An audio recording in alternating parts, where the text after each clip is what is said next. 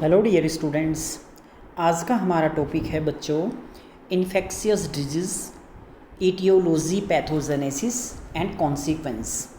इसका मतलब होता है कि जो इन्फेक्शियस डिजीज़ होती है वो क्या होती हैं, उनका एटियोलॉजी क्या होता है, उनका पैथोजेनेसिस क्या होता है और उनके कॉन्सिक्वेंस क्या क्या होते हैं।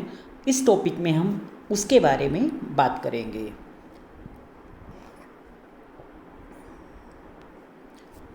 इसमें जो बताया है इन्फेक्शन का मतलब क्या होता है। इसमें जो ए पार्ट है इसका मतलब है कि कोई भी पैथोजेनिक माइक्रो ऑर्गेनिज्म, ऐसे ऑर्गेनिज्म जो डिजीज़ कर सकते हैं, वो हमारी बॉडी के किसी पार्ट में, टिश्यूज़ में और इंजरी कर देते हैं और उसके बाद वो अपने जो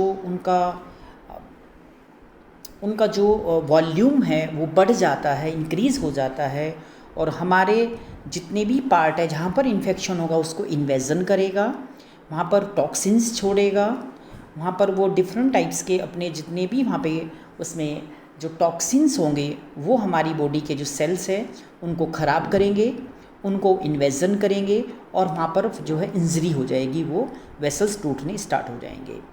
इसमें बी पार्ट है जो पैथोलॉजिकल स्टेट होती है, उसका रिज़ल्ट जो होता है वो इन्फेक्टेड होता है, यानी कि जहाँ पर हमारे सेल्स में, ऑर्गन में या किसी भी पार्ट में इन्फेक्शन करेंगे वो पार्ट हमारा नॉर्मल फंक्शन नहीं करेगा, उसको हम बोलते हैं इन्फेक्शन। इसमें जो हम इस स्लाइड में बात करेंगे डिजीज़ एंड इन्फेक्शियस डिजीज़। पहला है disease, any deviation from a condition of good health and well being. मतलब डिजीज़ का मतलब है कि जिसको भी बीमारी होगी वो गुड हेल्थ और वेल बींग फील नहीं करेगा, उसका डेविएशंस हैं जो कि हमारी जो हेल्थ है नॉर्मल हैं तो हमें कोई डिजीज़ नहीं है, यानी कि he and she should be absence of any type of problems in the body. Infectious disease, a disease condition caused by the presence of growth of infectious microorganism और parasites। यानी कि इन्फेक्शियस डिजीज़ वो disease होती है जो कि one person से another person में वो फैलती है, स्प्रेड होती है। एक पर्सन को कोई बीमारी है वो तुरंत दूसरे को हो जाएगी और उसको भी वो अपना जो उसका लोड है ऑर्गेनिज्म का वो बढ़ जाएगा। जिसमें कोई ऑर्गेनिज्म भी हो सकते हैं, माइक्रोऑर्गेनिज्म, और इसमें जैसे बैक्टीरिया है, हमारी वायरसेस हैं, पैरासाइट्स हैं, फंगाई हैं, तो ये जो ऑर्गेनिजम्स होते हैं ये स्प्रेड करते हैं, एक से दूसरे को फैलाते हैं, उसको हम इन्फेक्शियस डिजीज़ के नाम से जानते हैं। इसमें पैथोजेनिसिटी है और वायलेंस है। पहला है पैथोजेनिसिटी। पैथोजेनिसिटी का मतलब होता है the ability of a microbe to cause disease, यानी कि माइक्रो ऑर्गेनिजम्स जो होते हैं उसमें ऐसी एबिलिटी होगी कि वो जो डिजीज़ करेगा, बीमार करेगा आदमी को, तो वो नॉर्मल नहीं रहेगा। कुछ ऐसे ऑर्गेनिजम्स होते हैं जो हमें जो कोई भी बीमारी नहीं करते हैं, वो हमारे लिए अच्छे ऑर्गेनिजम्स होते हैं, गुड ऑर्गेनिजम्स होते हैं। लेकिन पैथोजेनिसिटी का मतलब है कि जो टर्म है उसमें कैसे वो हमें जो बीमारी कर रहा है ऑर्गेनिज्म है उसमें कितनी पावर है। This term is often use to describe to compare the species. ये जो टर्म्स है इसके साथ कभी कभी हम जो स्पीसीज होती है उनको कंपेयर करते हैं, किस टाइप के ऑर्गेनिज्म है वो बीमारी कर सकते हैं या नहीं कर सकते हैं। नेक्स्ट जो पॉइंट है वायलेंस। वायलेंस का मतलब होता है कि माइक्रो ऑर्गेनिज्म में जो पैथोजेनिसिटी होती है उसकी डिग्री कितनी है, मतलब कितना वो हमारे लिए नुकसानदायक है, कितनी बीमारी हमें कर सकता है। और सेकंड पॉइंट है इसमें, this term is often use to describe और compare strains within a species, यानी कि इसमें हम क्या करते हैं जो अलग अलग स्पीसीज के बैक्टीरिया होते हैं, ऑर्गेनिजम्स होते हैं, उनकी स्पीसीज़ को जो है वहाँ पे हम जो है स्टडी करते हैं, उसमें देखते हैं कौन सा ऑर्गेनिज्म जो है वो ज़्यादा डेंजरस है और कौन सा ऑर्गेनिज्म जो है वो हमारी बॉडी के लिए कम डेंजरस होता है। ये प्रिंसिपल है इन्फेक्शन का।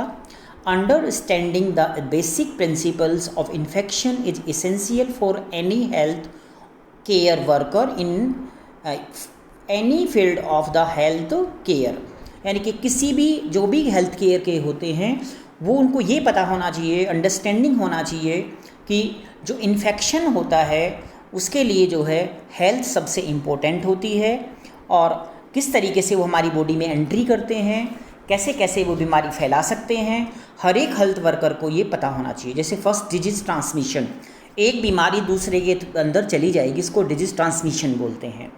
प्रिवेंशन ऑफ डिजीज़ ट्रांसमिशन, हमें जो बीमारी एक दूसरे से फैलने के जो तरीके हैं उनको हमें बंद करना पड़ेगा, रोकना पड़ेगा, प्रिवेंशन करना पड़ेगा, तो बीमारी फैलने के जो चांस होते हैं वो कम हो जाएंगे। ये नेचर है माइक्रो ऑर्गेनिजम्स में। जो माइक्रो ऑर्गेनिजम्स होते हैं, जो माइक्रोब्स होते हैं, वो बहुत ही स्मॉल साइज़ के होते हैं। हम उनको नेक्ड आई से नहीं देख सकते, वो हमें विजिबल नहीं होते, वो कहीं भी हमारी बॉडी में जो हैं एंटर कर सकते हैं और हमें बीमार कर सकते हैं। पैथोजेंस का मतलब होता है जर्म्स, जो कि माइक्रो ऑर्गेनिज्म के नाम से जानते हैं, और जो हमारी बॉडी में डिजीज़ का कारण बनते हैं वो हमारी बॉडी में जाते हैं, फिर वो अपने आप को मल्टीप्लाई करते हैं, और मल्टीप्लाई करने के बाद में वो फिर अलग अलग तरह की बीमारी हमारी बॉडी में देते हैं। नॉन पैथोजन जो लिखा है नीचे, जो अगला पॉइंट है, नॉन पैथोजेनिक का मतलब होता है ऐसे माइक्रो ऑर्गेनिजम्स होते हैं जो हमें बीमारी नहीं करते हैं, जो हमारे लिए बेनिफिशियल होते हैं। तो ऐसा नहीं है कि सारे के सारे ऑर्गेनिजम्स हमारे लिए ख़राब हैं, यानी कि डिजीज़ करते हैं। ऐसे ऑर्गेनिज्म जो डिजीज़ नहीं कर सकते हैं उनको बोलते हैं नॉन पैथोजेनिक माइक्रो ऑर्गेनिजम्स। ये इन्फेक्शन का मतलब बता रखा है कि ये जो डायग्रामेटिक दिखा रखा है कि इन्फेक्शन का मतलब क्या होता है। तो इन्फेक्शन जो है ये होस्ट को, जो जितने भी हमारे जो पार्ट्स होते हैं उनमें इन्वेजन करता है, हमारे टिश्यूज़ में इन्फेक्शन करता है, और ये जो ऑर्गेनिजम्स होते हैं ये डिजीज़ के कारण होते हैं। इनके कारण ही जितने ह्यूमन बींग्स होते हैं या अदर लिविंग होने सबको बीमारी हो जाती है। ये ऑर्गेनिज्म करते क्या हैं, हमारी बॉडी में एंटर करने के बाद में ये मल्टीप्लिकेशन करते हैं, और हमारे जो टिश्यूज़ होते हैं, होस्ट के टिश्यू, उनके साथ रिएक्शंस करते हैं और अपने टॉक्सिन्स प्रोड्यूस करते हैं, जिसके कारण हमें बीमारी होती है, इन्फेक्शन का होना शुरू हो जाता है। जो माइक्रो ऑर्गेनिजम्स होते हैं जैसे वायरस, पायरोन्स, prions, bacteria, viroids, larger organisms like parasites और फंगाई, ये बड़े बड़े ऑर्गेनिज्म होते हैं, और जो पहले बताया वो छोटे छोटे ऑर्गेनिज्म होते हैं। ये सारे इन्फेक्शन के कारण होते हैं। कोर्स इन्फेक्शियस डिजीज जो बहुत खतरनाक होती है, कोर्स माने ज़्यादा, ये डायग्राम में दिखाया हुआ है यहाँ पे कि exposure invasion of host, host को इन्वेजन करेगा, एक्सपोजर करे उसके अंदर चला जाएगा। इंक्यूबेशन पीरियड, इंक्यूबेशन पीरियड वो पीरियड होता है कि जिसमें जो बैक्टीरिया ने एंट्री किया और उसके सिम्टम्स जो उसमें दिखाई देंगे उसको हम इंक्यूबेशन पीरियड कहते हैं। यानी कि एक ऐसा इंटरवल होता है, जैसे HIV है, HIV जब हमारी बॉडी में कभी एंट्री करेगा तो उसके डेवलपमेंट में एड्स होने में बहुत टाइम लगेगा, तो उसका जो इंक्यूबेशन टाइम है वो 10 to 15 ईयर्स होता है। यानी कि अपना धीरे धीरे वो मल्टीप्लाई करेगा और बहुत टाइम के बाद में, नियर अप्रॉक्स 10 ईयर के बाद जो है वो एड्स के रूप में वहाँ पे बदल जाएगा। उस पीरियड को हम बोलते हैं इंक्यूबेशन पीरियड, और होस्ट को रिएक्शन करता है, फिर वो अपना जो है वहाँ पे काम करना शुरू कर देता है। ये नेचर है माइक्रो ऑर्गेनिजम्स का, ये डायग्रामेटिक दिखाया हुआ है इसमें, बैक्टीरिया, वायरस, फंगाई सब दिखाए हुए हैं इसके अंदर में, सेप्रोफाइट्स, पैरासाइट्स और पैथोजेंस। तो ये जो ऑर्गेनिजम्स होते हैं कि इनका नेचर होता है, कोई सेप्रोफाइट्स होता है, कोई पैरासाइट्स होता है और कोई पैथोजेंस होता है। कोई बीमारी करेगा, कोई बीमारी नहीं करेगा। ये पॉजिटिव एजेंट्स है जो हमें इन्फेक्शन करते हैं ह्यूमन बींग्स को, जैसे बैक्टीरिया, बैक्टीरिया का नाम है स्टेफाइलोकोकस, स्ट्रेप्टोकोकस, और ये सारे बैक्टीरिया, बहुत सारे बैक्टीरिया होते हैं। वायरस जैसे HIV virus, corona virus, rabies virus, बहुत डिफरेंट टाइप्स के वायरस होते हैं। फंगाई, फंगाई में जैसे जो हम फंगाई के बारे में बात करेंगे तो ये बड़े बड़े ऑर्गेनिजम्स होते हैं और हमें फंगल इन्फेक्शन करते हैं, जिसमें जो है कैंडिडा एल्बिगन्स होता है, ये जो फंगाई होता है, फंगाई, और हमारे जो अपर पार्ट होते हैं बॉडी के उनमें ये इन्फेक्शन करता है, हेयर, स्किन और नेल्स में ज़्यादा इन्फेक्शन करेगा। प्रोटोजोआ जो नहीं कि जो जैसे मलेरिया है वो प्रोटोजोआ इन्फेक्शन करते हैं। हेलमिन्स जो बड़े बड़े कीड़े होते हैं, यानी कि बहुत बड़े बड़े जो लार्ज जो होते हैं, राउंड वॉर्म, टेप और हॉकवॉर्म, ये सब जो है हेलमिन्स होते हैं। प्राइयोन्स होते हैं जो हमें डायरेक्ट हमारी बॉडी में जाते हैं और हमें इन्फेक्शन करते हैं। ये इन्फेक्टेड जो बैक्टीरिया होते हैं या वायरस होते हैं उनका पार्ट होता है जिसको प्राइओन के नाम से जाना जाता है। ये टाइप्स ऑफ बैक्टीरिया हैं। स्ट्रेप्टोकोकाई चेन में मिलेगा, स्टेफाइलोकोकाई क्लस्टर में मिलेगा, डिप्लोकोकाई डबल में पेयर में मिलेगा, माइक्रोकोकाई टाइनी में छोटे छोटे पार्ट्स होते हैं, फ्लैजेलेटेड उनकी फॉर्म होती है, टेल होती है, बेसिलाई जो है वो रॉड शेप में मिलेगा, विब्रियो कोमा शेप में मिलेगा, स्पाइला जो है जो हमारा बैक्टीरिया स्पाइरल फॉर्म में मिलेगा, और स्पाइरोकिट्स जो है कोमा शेप में मिलेंगे। ये इनका डायग्राम दिखा रखा है। ये डायग्राम जो है इलेक्ट्रॉन माइक्रोस्कोप से इसको कॉपी किया हुआ है, फ़ोटो खींचा हुआ है इसका। इसमें इसके बाद फंगाई है। फंगाई जो हैं एक प्लांट लाइक ऑर्गेनिज्म होते हैं जो कि डेड ऑर्गेनिक मैटर में पाए जाते हैं। यीस्ट और मोल्ड्स जो हैं वो पैथोजेनिक होते हैं, और जो इनकी कंडीशंस होती हैं जैसे रिंग वॉर्म जो एथलेटिक्स को होता है, फुट वॉर्म यानी कि पैरों में इन्फेक्शन होता है, यीस्ट इन्फेक्शन करता है, थ्रस्ट हो जाता है, और एंटीबायोटिक्स होती हैं जो इन्हें किल नहीं कर सकती हैं, वो एंटीबायोटिक्स कहते हैं, वो एंटी फंगल के नाम से जानी जाती है। एंटीबायोटिक्स इनको किल नहीं कर सकती है। एंटी फंगल जो मेडिकेशंस दवाइयाँ होती हैं वो क्या करती हैं, वो फंगस को मारती हैं, और अगर वो बहुत ही एक्सपेंसिव भी होती हैं, और जो लीवर को डैमेज भी कर देती है, लीवर को ख़राब भी करती हैं। इसलिए जब इन्फेक्शन हो तभी खाना चाहिए, बिना इन्फेक्शन के दवाई नहीं खाना चाहिए। ये वाइट जो दिखा रखा है ये फंगल इन्फेक्शन है।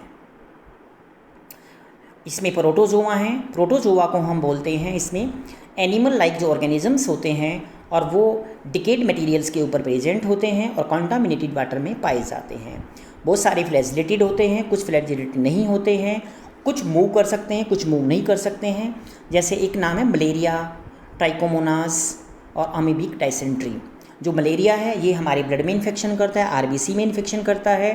ट्राइकोमोनास जो वेजाइनलिस है ये फीमेल के अंदर वेजाइना में इन्फेक्शन करता है। और जो अमीबा होता है अमीबिक डाइसेंट्री, उसका नाम है एंटामीबा कोलाई, एंटामीबा हिस्टोलाइटिका। ये जो हैं एक अमीबिक डाइसेंट्री होते हैं जो लूज मोशन करते हैं और हमारी इंटेस्टाइन में जो है ये इन्फेक्शन करते हैं। ये वायरसेस होते हैं। वायरस जो है दो टाइप के होते हैं, डीएनए वायरस, आरएनए वायरस। जो वायरस होते हैं बहुत स्मॉल साइज के माइक्रो ऑर्गेनिजम्स होते हैं, और वो बिना सेल के लिविंग नहीं रह सकते हैं। उनको हम इलेक्ट्रॉन माइक्रोस्कोप के द्वारा देख सकते हैं। और जितने भी वायरस होते हैं उनको सेल यानी कि वो एसेलुलर ऑर्गेनिजम्स होते हैं, वो सेल के बगैर लिविंग नहीं रह सकते हैं। इसमें लिखा भी हुआ है देखो, can not reproduce unless they inside another the living cell. इनको जिंदा रहने के लिए दूसरे लिविंग सेल की नीड होती है, और इसको स्प्रेड होते हैं बाय कांटेक्ट के, ब्लड के थ्रू, बॉडी फ्लूइड्स के थ्रू, ये एक से दूसरे में चले जाते हैं। इनको डिस्ट्रॉय करना बहुत मुश्किल होता है, और एंटीबायोटिक इनके ऊपर कोई असर नहीं करता है।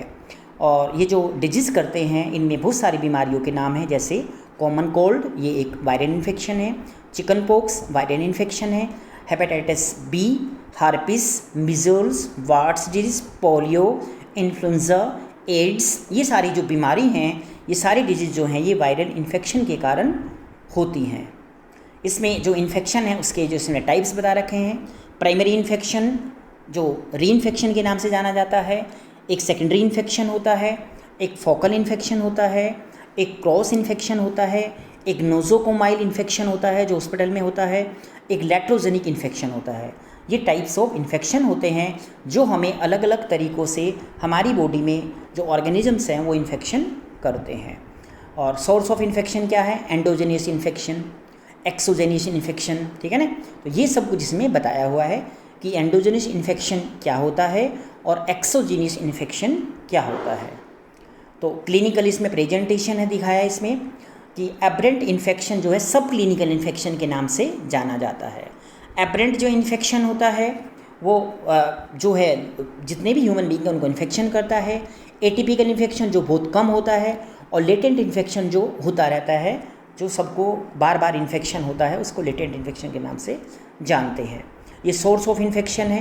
यहाँ पे डायग्रामेटिक भी दिखाया हुआ है इसके अंदर में कि कैसे ये ट्रांसमिशन करता है। जो ह्यूमन होते हैं और वो पेशेंट होते हैं वो कैरियर होते हैं, यानी कि जो पेशेंट होगा वो दूसरे को क्या देगा, वो इन्फेक्शन देगा, तो उसको कैरियर के नाम से जाना जाएगा। एक हेल्दी कैरियर होता है, एक कन्वल्सेंट कैरियर होता है, एक टेम्पोरेरी होता है, कुछ देर के लिए होता है, एक कॉन्टैक्ट जिसको छूने से बीमारी फैलती है, एक पैराडॉक्सिल कैरियर होता है। ये सारे कैरियर के नाम हैं जो एक जगह से दूसरी जगह को इन्फेक्शन देते हैं। ये जो खाना है ये मॉस्कीटो है, ये क्या है, कैरियर है। मॉस्कीटो क्या करता है, काटेगा, मलेरिया हो जाएगा, किसी को चिकनगुनिया हो जाएगा। ये खाना है, अगर खाना इन्फेक्टेड है तो दूसरे को इन्फेक्शन हो जाएगा।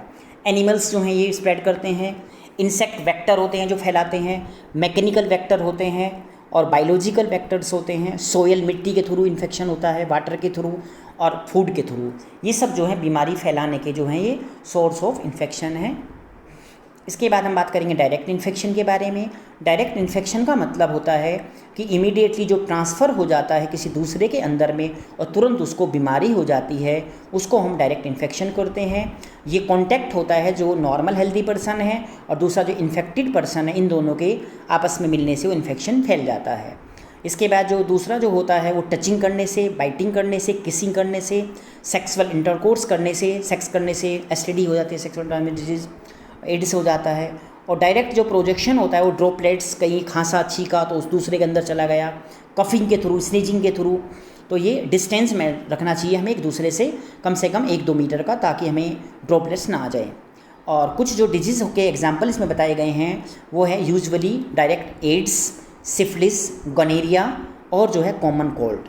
ये जो वायरल इन्फेक्शन होते हैं ये डायरेक्ट कुछ यहाँ पे होते हैं टच करने से, कुछ होते हैं सेक्स करने से।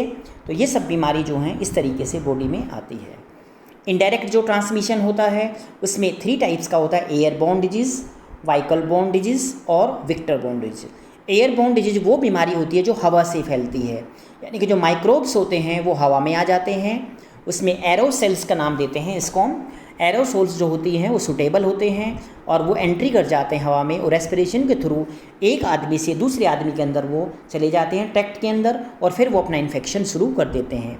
माइक्रोबियल जो एरोसोल्स होते हैं वो सस्पेंशन हो जाते हैं उन ड्रॉपलेट्स के अंदर में और उनका न्यूक्लियाई जो है, होली जो पार्ट है उसका माइक्रो ऑर्गेनिजम्स का, वो सस्पेक्टेड होता है, पूरा का पूरा वो तैयार होता है इन्फेक्शन करने के लिए और लॉन्ग पीरियड के लिए वो हवा में भी रहता है। इसलिए जो है हमें हमेशा जो मास्क है उसको लगा के रखना चाहिए। एग्जाम्पल एयरबोर्न डिजीज़ के इसमें बताए हुए हैं, ट्यूबरकुलोसिस टीबी का बैक्टीरिया जो है, इन्फ्लुएंजा है, हिस्टोप्लाज्मोसिस है जो फंगल इन्फेक्शन है और लीजियोनेलोड्स इन्फेक्शंस होता है। ये सारे जो एयरबोर्न के डिजीज़ के नाम हैं। ये वाइकल बोर्न डिजीज़ है जो वाइकल के थ्रू होते हैं। ये क्या करते हैं यहाँ पे, फॉमिट्स जो हम थूकते हैं उसके थ्रू, और जो वाइकल्स होते हैं हम जो चलाते हैं, जितने भी वाइकल्स होते हैं व्हीकल, उनके थ्रू फैलते हैं। नॉन लिविंग जो ऑब्जेक्ट होते हैं उसके थ्रू वो कम्युनिकेट में आ जाते हैं वो एजेंट, और फिर दूसरे को ट्रांसफ़र करने में वो हेल्प करते हैं। तो ये जो एजेंट होते हैं ये मल्टीप्लाई कर भी सकते हैं और नहीं भी कर सकते हैं, और कभी कभी ये वाइकल के थ्रू जो है जिसको व्हीकल होता है वो ले जा भी सकता है और कभी नहीं भी ले जा सकता है। इसके लिए एग्जांपल जो वाइकल के नाम है जैसे टॉयज़ हैं, हैंडकरचीफ है, रुमाल किसी का यूज़ नहीं करना चाहिए, स्वेल्ड क्लॉथ हैं, बेडिंग है, जो बिस्तर वगैरह होते हैं, ये सब जितने यूटेंसिल्स होते हैं, बर्तन हैं, ठीक है ना, ये सारे सर्विस का जो सामान होता है, सर्जिकल इंस्ट्रूमेंट है। किसी को इन्फेक्शन हुआ, हमने इसको हॉस्पिटल में स्टरलाइज नहीं किया तो क्या होगा, वो इन्फेक्टेड हो जाएगा, दूसरे को भी इन्फेक्शन करेगा। ये इनडायरेक्ट हैं, जो इनडायरेक्ट जो ट्रांसमिशन होता है। इसमें क्या क्या होता है, vehicle water, infected water, milk, food जो कॉमन व्हीकल होते हैं, और बायोलॉजिकल प्रोडक्ट्स जैसे blood, serum, plasma, organs, tissues, ये सब जो हैं इन्फेक्टेड करेंगे। जो किसी को इन्फेक्शन हुआ होगा वो दूसरे के साथ टच हो जाएगा तो उसको भी इन्फेक्शन करेगा। और इसके अलावा जो जितनी भी बीमारी फैलती हैं वो व्हीकल के द्वारा, इंक्लूडिंग जो होती हैं वो प्राइमरी मोड ऑफ ट्रांसमिशन और डायरेक्ट, जैसे डिसेंट्री और हेपेटाइटिस, ये बीमारी भी उसको हो सकती हैं। ये फैक्टर है डिस्पोजिंग पैथोजेनिसिटी के। Pathogenicity means ability to the microbe to produce disease on the tissue और इंजरी, यानी कि ऐसा ऑर्गेनिज्म होगा जो बीमारी करने में सक्षम हो, टिश्यू को इंजरी कर सकता हो, वाइल्डमेंस कर सकता हो, और वो अलग अलग जो है वेरिएशंस के थ्रू पास होता हो।